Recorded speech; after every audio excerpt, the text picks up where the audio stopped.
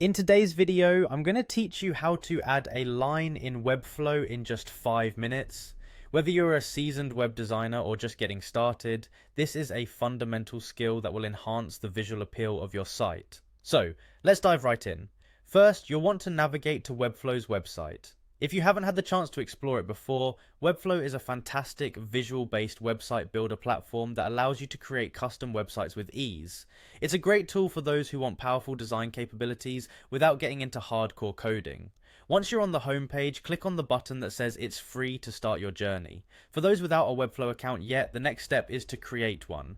You have the option to register using your email and a secure password, or for convenience, you can sign in with your Google account. Always remember to create a unique password to ensure your account is safe and secure. After setting up your account, you'll be directed to your homepage where you can see your workspace. Here, click on the site you want to work on. If you don't have a website yet, you might need to create a new project. Once you're in, locate the left side panel and click on Add Elements. Now we're going to work with a div block. Select the div block option from the menu. This element is essential because it acts as a container that you can style and adjust to form the foundation of your layout. Once placed, you can start playing around with its settings. This is an exciting part since you get to customize the width, height, and other properties to match your design vision. Next, dive into the Style tab.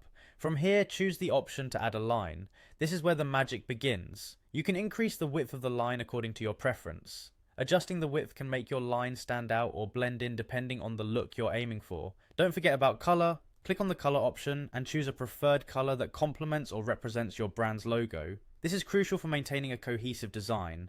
Feel free to tweak these settings until you are satisfied with how it looks. Tuning the nuances of color and width can really impact the overall flow and feel of your website. When you're happy with all adjustments and everything is well placed, go back to your div block and click on it. We're almost done.